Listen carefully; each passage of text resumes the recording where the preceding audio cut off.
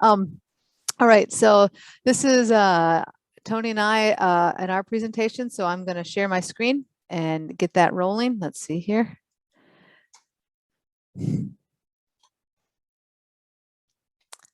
All right, and then I'll put this in. All right. Presentation mode or present, is that right? Yeah, that's fine. I can see what, and you only want to be able to see the notes, but that's fine. We'll be good. So, all right. Thanks a bunch, Stephanie. Appreciate everyone sitting in with us today, and some of you tomorrow. I really appreciate assistance from Bill and Fred, just invaluable. Great to have them involved with this, adds a lot to it. So what we want to do is touch a little bit more on some other details related to this, and kind of a little bit more specific related to some of the things that we would work on. So with that, next slide, please. So one of the things that we've talked about this a little bit already, that as NRCS staff, we cannot make pesticide recommendations. At the same time, we've talked about this enough so that I think we know that we just can't ostrich this topic. We need to pay attention to this. We need to think about this, and as we're providing and encouraging producers to do things with conservation agriculture, conservation cropping systems, and all that. So we've already talked about importance of this related to weed management, cover crops, but it also comes into play if we start thinking about brush management and things in woodlands and other wild areas. When we're promoting pollinators and monarchs, all those other things start to kind of come into play. What pesticides, herbicides are we using? Think about that. And we didn't even do it. We didn't get a chance to do it, but herbicides are mentioned in many of our conservation practices. It's not just related to the agronomic ones, they're in lots of them. So we need to have some basic awareness of that, and hopefully we're thinking about that. And one of the ways that I think about that is this paper that came out, it's been about 10 years old now, related to the threat that we have from herbicide-resistant weeds. And one of the real concerns, one of the real challenges is if we don't do what we can to utilize the chemicals, the products that we have available to us, one of the next possible things to do to control weeds is additional tillage. And that's something that we're generally not in favor of for all the many different reasons related to conservation, sustainable ag, and all that. So just keeping all that in mind, why we want to use these products to the best potential that we can. And Bill's touched on some of that, and Fred will hit on more of that tomorrow, and I'll touch on that a little bit more here now. So, so things that we can do, we've talked about this already too. All these different publications, we can hand them out, we can give them to people, they're resources. You want to read them, fine, great, spend more time on them. Make sure people are aware of them. We've already talked about these a little bit. So we've got the weed control guide. We get into more specifics on specific situations, and then we also have publications on specific weeds. So in this case, the poison hemlock, if you click on the advance there, it brings up a piece on there that gets into more details on the growth pattern of that, how you want to control that, when you want to control that, and then getting into the things that Bill's talked about already as far as the different products you can use. All right, next slide. And so we started thinking about this. We've tried to emphasize that it is part of the system. We've got to think about all of this. It's not just planting some corn and beans. It's how does all of this work together. But one of the things I think we want to keep in mind is as we're working with farmers, producers, we have these people maybe developing contracts with Equip, CSP, or whatever. We're talking with them.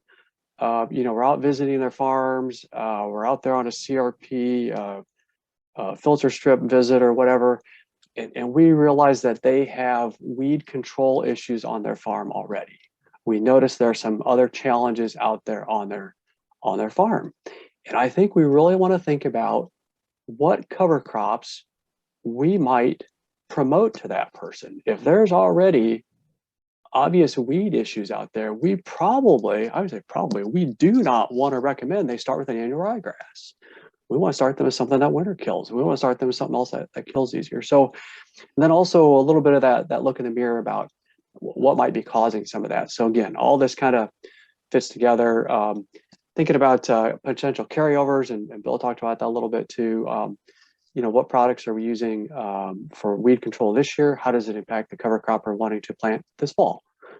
So all of these things kind of come in. And then that herbicide resistant weeds, man, oh man, we've got to use these products to their best capabilities so we have them as long as possible. So reminders for us and the producers alike. Next slide. So we put together some other references, and some of these were just some things that we thought we didn't see a lot of at the time. And there's been a lot more resources that have come on here recent. So this is one, again, a little bit dated, weed control herbicide resistant weeds. Been out there for a little while. Next on this. And we get into some of the same things that Bill's talked about and Fred's going to hit on. We have to know what weeds we have out there. Again, the smaller weeds are easier to kill. Paying attention to spray tank water quality, environmental conditions.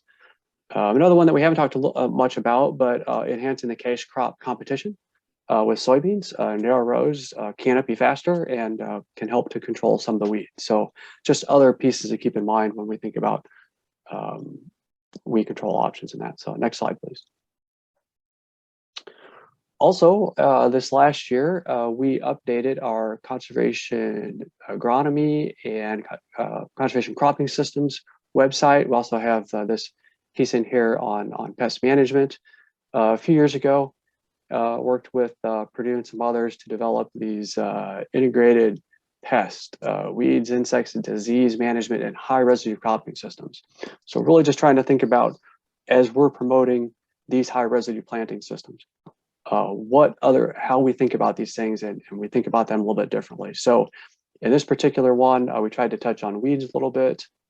So advance to the next slide piece. And so a little bit what this looks like, just try to go in there and just really just focus on this piece of conservation cropping systems and how these other agronomic and pieces fit in there. So next slide. Oh, not sure. Next slide. So again, a few of these references, got these different recipes out there, cover crop recipes, and we'll make sure that these are available as well. So next slide, and I think it's over to Stephanie. All right, so I'm going to talk a little bit about some of the common termination strategies. It's going to kind of recap some of what Bill said, and it's drawing pretty heavily on resources from Purdue, and then also from some of the work that Mike Plummer did with annual ryegrass. So the biggest thing that we want to think about when we talk about cover crop termination is we want to think about reading the season. We want to be aware of what are the weather conditions like? Is it wet? Is it dry?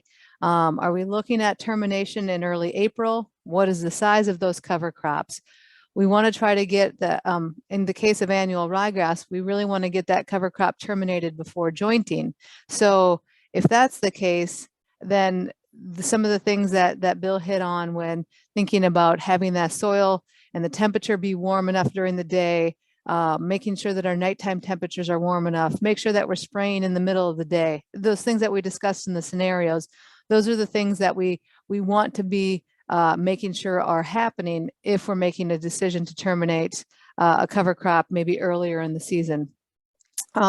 These slides that I'm going to be going through here, if you notice, they have the blue circle up on the top right-hand side, and it's talking about planning the system using the if-then approach. I have to give Barry Fisher credit for pulling this together and this idea together, but I love this this thought of if-then approach. And this was kind of developed maybe 30 years ago. And this process is if you have an if-then plan, this is where a person makes a commitment to themselves to do a certain thing in a specific situation. So these are commonly used to help people set goals and follow them, because you can't follow a goal if it's a nebulous goal or you don't know what steps you need to take to achieve that goal. But if you set up an if-then plan, if I'm going to terminate in April, then I need to see cover crop growth be this high, and I also need to have these weather conditions for this to work. So it's a nice way to clearly lay out a process and stick to it. I'm going to start using if then for all of the things that I need to work on. It'll keep me clear in what I'm working on. Continuing on, if we think about reading the season for cover crop termination, if we're going to use glyphosate for cover crop termination, then here are some of the spray water quality and management issues that we want to follow.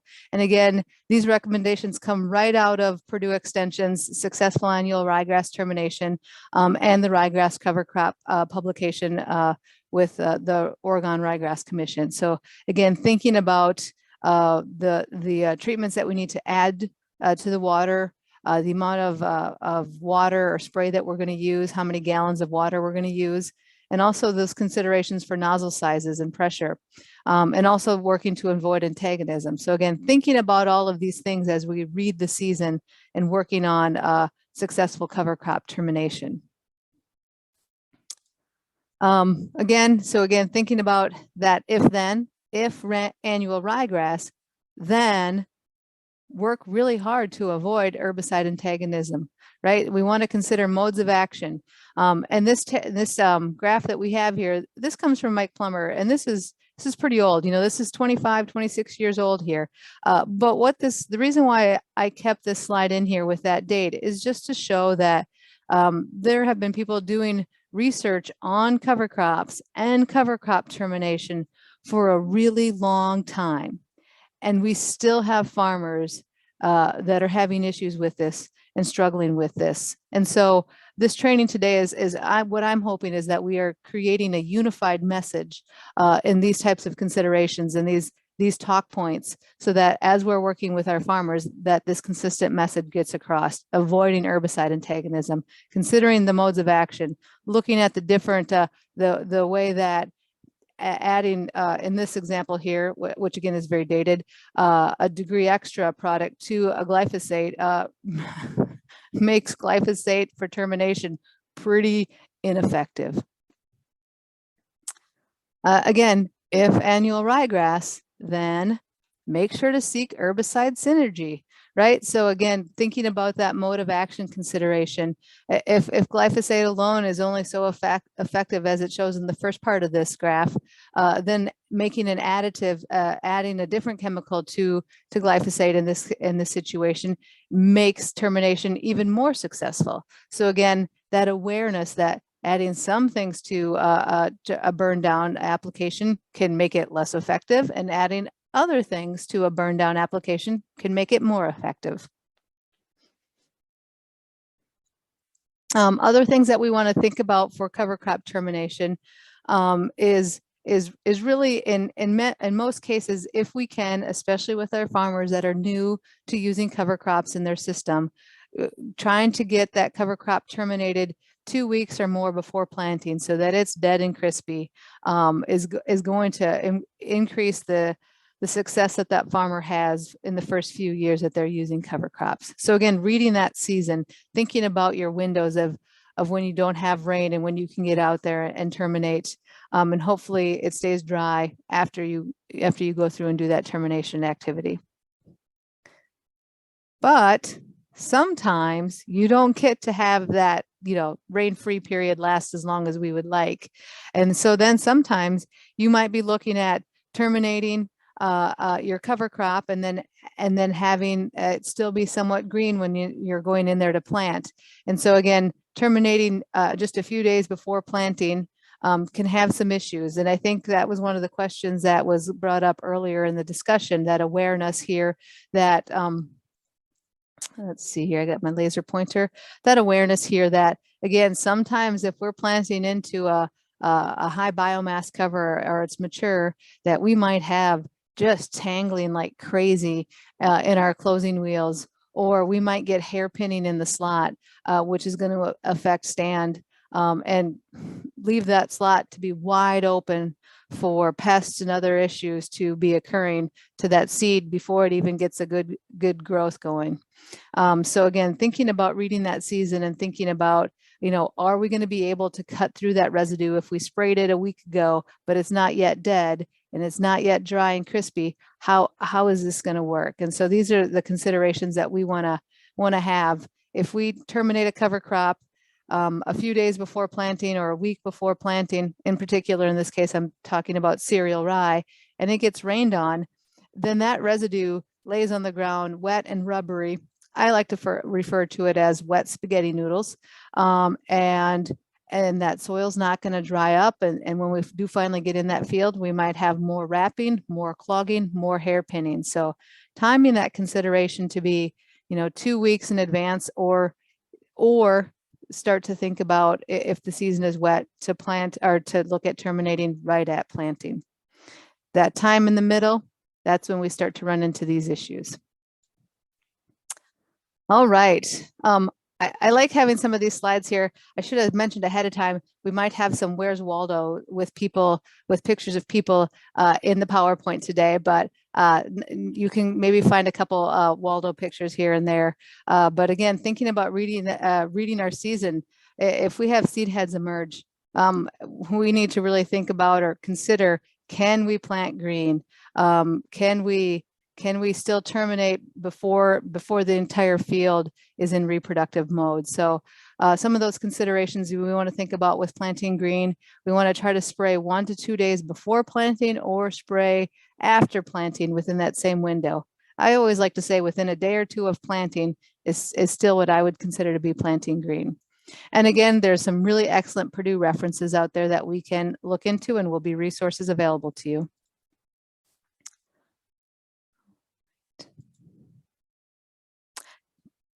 Tony, is this me or is this you? I can't remember. I think it's you. All right. So again, as we start to think about termination methods and kind of talk about those, we hit on, Bill kind of hit on the whole slew of different methods, and I'm just going to highlight briefly again.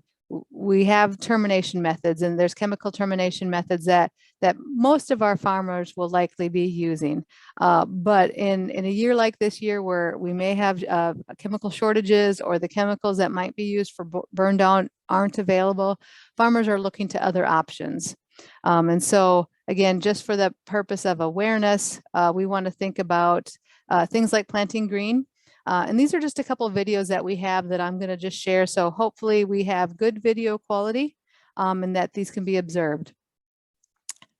So in the case here, the farmer is planting. I think this is planting directly into a Balanza clover cover crop. It is in full bloom.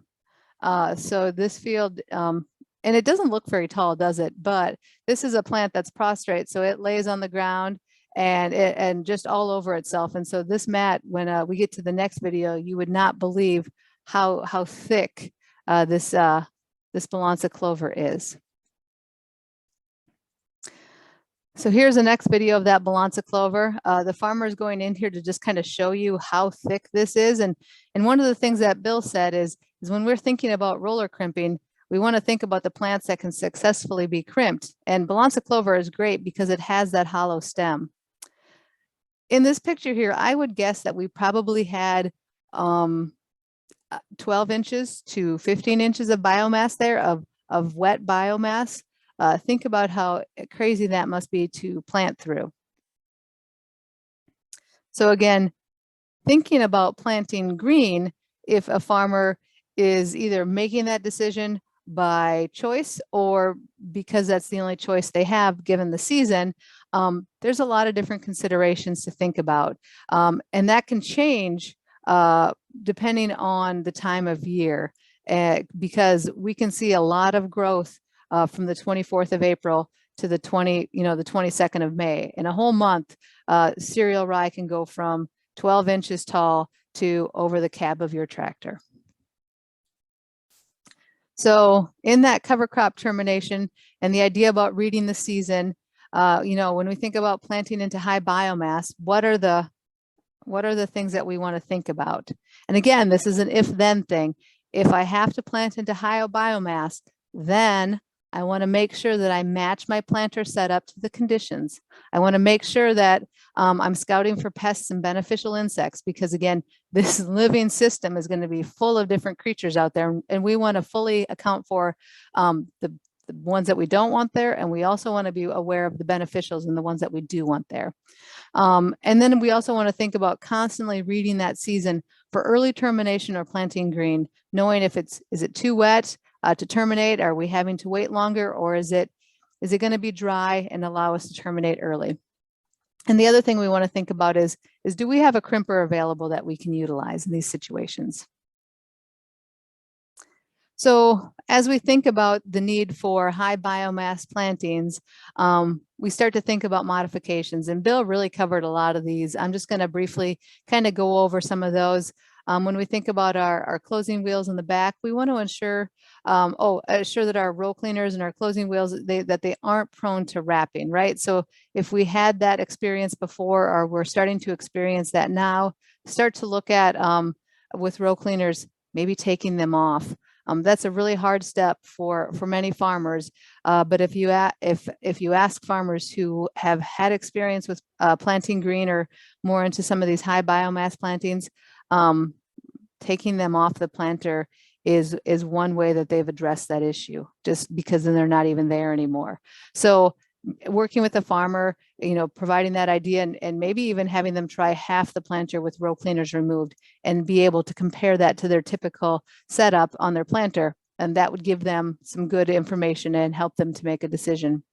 Also, can we consider using those crimping units that Bill mentioned, but be aware that the more equipment or more pieces that we add to our planter, the more that we need to have down pressure for the actual planting unit, because all of this stuff has to be pushed into the ground, or pushed at the ground. So the more that we have there, the more weight we need. We also want to make sure that we close the seed slot. This is probably one of the most critical, important operations as we're going through with the planter, is that we're having, in these high biomass plantings, that we're having that seed slot actually closed, because this is the best assurance to a good stand establishment. And again, it also helps protect against pests such as slugs and others that can do more damage in an open seed slot. We want to manage our down pressure. And if we are planting into high biomass situations, we want to be able to talk to that farmer about starter fertilizer options, because these are going to be essential if we're planting corn out there and there's high biomass. Even if there is legumes in this mix, or it is a predominantly legume mix, starter fertilizer is going to be essential, very important in these situations. All right, so when should you crimp? Should you do it? Should you not? And again, so this is one of those if-then things. I think it depends on the crop. It depends on the planting. It depends on your goals. If we're looking at corn being planted late into cereal rye, again, thinking back to that scenario with Adam and Hans, you might want to consider going to soybeans. But if you're committed, if the farmer is committing to doing this, then absolutely that needs to be crimped. And again, that absolutely has to have starter fertilizer out there. And again, keep in mind, that is not something that we would advise a beginning farmer to do, or any farmer for that matter. We really need to think about having that cover crop, especially cereal rye, be terminated earlier than that if we're going to plant corn into it. If we're thinking about planting soybeans into a cereal rye stand that's a little bit more mature in that mid-May timeframe, absolutely go in there, plant into there. And if it's chemically terminated, it might not be as important to crimp that cereal rye down. I think we have another video here. And then right now, I think the volume is off, so you guys aren't getting any of the volume. But again, this is just an example of a roller crimper running through a cereal rye field and putting it down on the ground, and the planter is following immediately after that.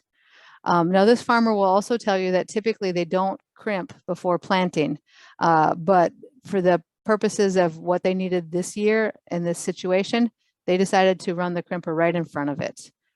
So again, if you notice, the crimper and the planter are running in the same direction, and they are the same width as each other. So that really does help that situation out there.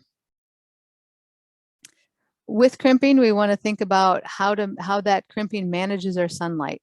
And a lot of our small seeded broadleaf weeds and others need sunlight to trigger germination. And so sunlight is good for our soybeans, right? But if our soybeans or other plants are in the shade, that's not good. So just thinking about that role that having that biomass be placed on the ground. We always think about, say, residues on the surface as a passive cover, and we talk about cover crops as being an active cover. And I like to think about roller crimping cover crops on the ground as intentional placement of cover, because then it's allowing you to put that biomass on the ground in a uniform manner and better make sure that all that soil is covered. All right, this is my last slide, and then we're going on to Tony. Roller crimping, awareness is key. So if you have a farmer that is talking to you about roller crimping, you need to understand what their goals are.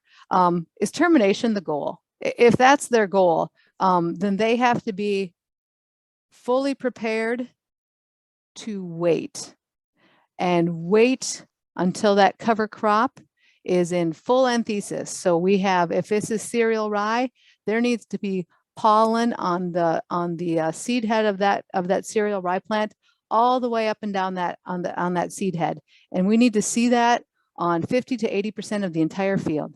So that's going to really try somebody's patience if they're wanting to get in there and plant. But if their goal is to crimp for termination, that is one of the most important things that they need to be aware of, because if you crimp it before that plant is ready to be crimped, it will just stand right back up.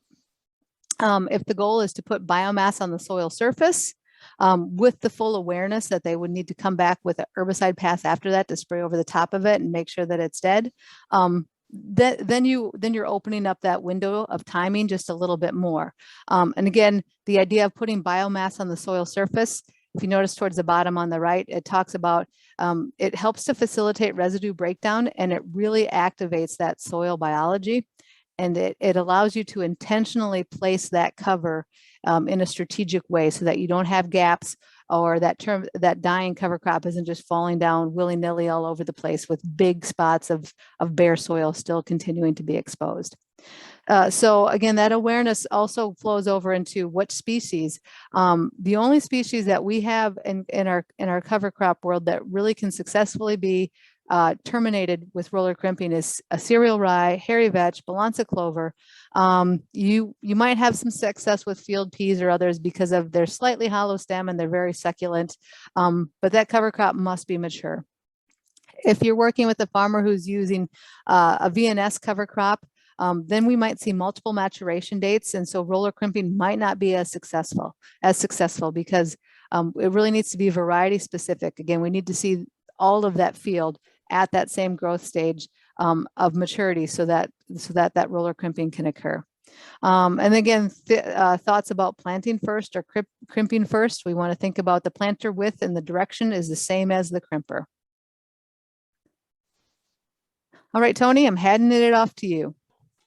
All right, so we talked a little bit about crimping, planting green, and that. A few other options that we have. One of those is mowing. Again, that timing is critical. I want to make sure that those broadleaves are in the right stage, grasses are in the right stage for best termination. A flail mower is better than a rotary mower. With the cover crops, then with the cons, if you don't get them terminate the vegetative state, they'll likely regrow back. And then, unfortunately, well, not unfortunately, but sometimes this is accompanied with a tillage pass if you're going to mow it. And then also, if in a high residue planting system of some sort, there's potential of some hairpinning with that loose residue so you want to make sure those coulters are really sharp if you're going to use this. So next slide. Yep. Tony, as I'm flipping over, the one thing I was going to say with this is that if we think about mowing as a termination option, stop and ask yourself, do we mow our lawn to kill it? And we don't. We mow our lawn to shorten it down so that it will grow back. So to me, that's not the best termination option. Yeah, and then right. So but there would be some cases, organic and that might do it, but at the same time, who knows? So at least if we're going to use it, make sure we're aware of things to make it as successful as possible. Another potential opportunity is to graze down those cover crops. Next slide. There's some pros and cons with that. Again, that's another option. Potential benefit of some forage, getting livestock on the land. We talk about some of those benefits related to soil health, potential reduction of hay costs, soil health benefits related to that. Of course, there's infrastructure that's required. If you don't already have that in place, that's going to be pretty tough to do. And then need to graze these pretty short, again, for termination. And, we get the pros with some potential soil health benefits, but if we're getting the livestock out there, if it's wet, we can have some potential compaction issues or challenges out there. So potential negative effects on soil health as well. Next slide, please. All right, and then another potential is tillage for termination of cover crops and for weed control. And so part of this is down on Vincent's University down on a farm, and not typical of equipment that we're going to be seeing, but at the same time, we can see what we're dealing with here. One pass. Is one pass going to do it? Some could argue if we had a bigger piece of equipment, well, we're going to roughen that up some more and probably kill that cover crop out there at the same time. That's probably going to require at least one more pass. Tillage begets tillage, quote from Barry Fisher. So next slide, please. Pros of that, again, it's another option. It's still, it's beneficial. We did get a cover crop established out there. We had it out there for during the season. It did build up some soil biology. It is helping to, especially with that transition, that conversion switch from to no-till. So getting some of that biology out there is, I think, very beneficial with the soil. Some of those cons, obviously, didn't get full benefits of that cover crop. Tillage is undoing some of those benefits. We've got a potential for erosion in that time period. And then again, how much tillage is needed to terminate that cover crop? And I think we're going to touch on this a little bit more tomorrow as well. But what if it's highly erodible land, HEL, or if it's part of ranking for EQIP or CSP? How does that impact things as well? Next slide, please. So I'll talk briefly about this picture, but these two soil profiles here were taken on the VUJC farm, where the picture that we saw 2 slides back, where the farmer was disking that field. And at VUJC, there's a tillage plot in that field, and then the rest of the field has been maintained as no-till with covers. And that's been, maybe about 10 years that they've been doing that. And what's interesting about that is that tillage section, or that where we saw Dwayne working that field there, is that for maybe a few of those years, many of those years, the cover crop was actually seeded on the tillage plot as well. But just in the last year, and I say that, but actually I mean from the fall of 2020 to the spring of 2022. It's like I've lost a whole year here in this conversation. But that year, they did not seed cover crops on the tillage plot. And Melissa and I were out collecting these soil samples the next spring. And it's really interesting to look at that sample on the left with the tillage plot. The layers of compaction that we're seeing at the surface, very platy layers right at the very surface, which would be typical of a disturbance system, especially with a disc, where we're just seeing that whole surface seal up. And then again, other horizontal fractures further down in the profile. And if you compare that to the one on the right, the soil at the surface doesn't have those platy layers. It's much more aggregated, and it holds together much better. So again, although we had some cover crops in there, did we get the benefit of protecting that soil surface and building aggregates? And so the question comes, are we going to maintain that benefit of aggregates if we go back there and work that field? And so that's just, yeah, go ahead. Go on. Aggregates at the soil surface are so fragile in our limited soil health systems. And by limited systems, I mean those systems that aren't fully applied, that are using cover crops and maybe not using no-till, right? Any gains that a farmer works to put in there in those first few years can be quickly lost with a tillage pass. So we talked about various termination options. You know, as people are going through this year, it may be something for them to have thought about or wished that they had done a little bit more winter kill this year. And at the same time, you know, while we're trying to get people to have more the longer term benefits of some of the different cover crops, winter kill does have a place for it. We do get some of those, get something planted, we get some of those benefits from erosion reductions, some biology introduced to the soil. I still say it gives a farmer an opportunity to dip their toes into the cover crops, and hopefully to see that it wasn't that bad and that they could make this work. So that we want them to be successful in their first years of cover crops. So we want to do everything we can for that. But then there are still some cons with that. We're still going to have to come back with some weed control. Going to need to have that. We won't have all those full benefits of a season-long cover crop, and then the cover crop. The winter kill has potential of leaking some of those nutrients that were accumulated the previous fall. Next slide. And last but not least, you know, it's one of those things. This is a time for some farmers to really think about, with the high input costs, all the challenges they're having this spring, is to really go back, really go back and look at those yield maps and figure out in those fields what's going on. And in some of those spots, they either need to fix or fire those spots. And in some of those, if they decide they can't get those fixed fast enough this spring, if it requires more work, maybe they should consider not planting those and putting them to something else. A little bit weird about that, but I think it's something to consider. There's all these other agronomic things that we'll do for yield limiting factors, all these different pieces, but that piece of soil degradation, oftentimes forgotten on here. You know, whether it's compaction on many of our fields, loss of soil organic matter, erosion, you know, these low drought out spots. So anyways, I think we ought to, hopefully producers are thinking about some of these spots, and you know, just really critically thinking about all the acres that they're planting. So all right, I think that leads us into the last slide. Any other questions or comments? Only 100 more slides to go, Tony. Isn't that right? All right, that's right. Usually our case.